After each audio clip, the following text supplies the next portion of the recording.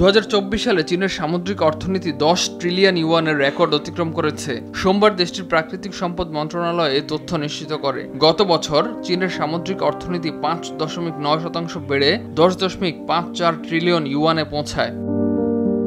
2024 সালে চীনের সামুদ্রিক জাহাজ নির্মাণ শিল্পের মূল্য সংযোজন 137 বিলিয়ন ইউয়ানে পৌঁছায়, যা আগের বছরের চেয়ে 14.9% বেশি। চীনা জাহাজ নির্মাতারা নতুন অর্ডার এবং বিদ্যমান অর্ডারের ক্ষেত্রে প্রথমবারের মতো বৈশ্বিক বাজারে 50% বেশি অর্জন করেছে। সামুদ্রিক উৎপাদন খাতের মোট মূল্য সংযোজন 3.18 ট্রিলিয়ন ইউয়ানে পৌঁছেছে, যা চীনের মোট সামুদ্রিক অর্থনীতির 30% বেশি। 2024 সালে সামুদ্রিক সেবা খাত 6.285 ট্রিলিয়ন ইউয়ান অর্জন করে, যা সামুদ্রিক অর্থনীতির 59.6%। এছাড়া সামুদ্রিক পর্যটন, বিশেষত ক্রুজ ভ্রমণও ব্যাপক হারে বেড়েছে।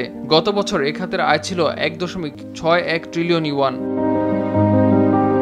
ইমতিয়াজ আহমেদ, RTV।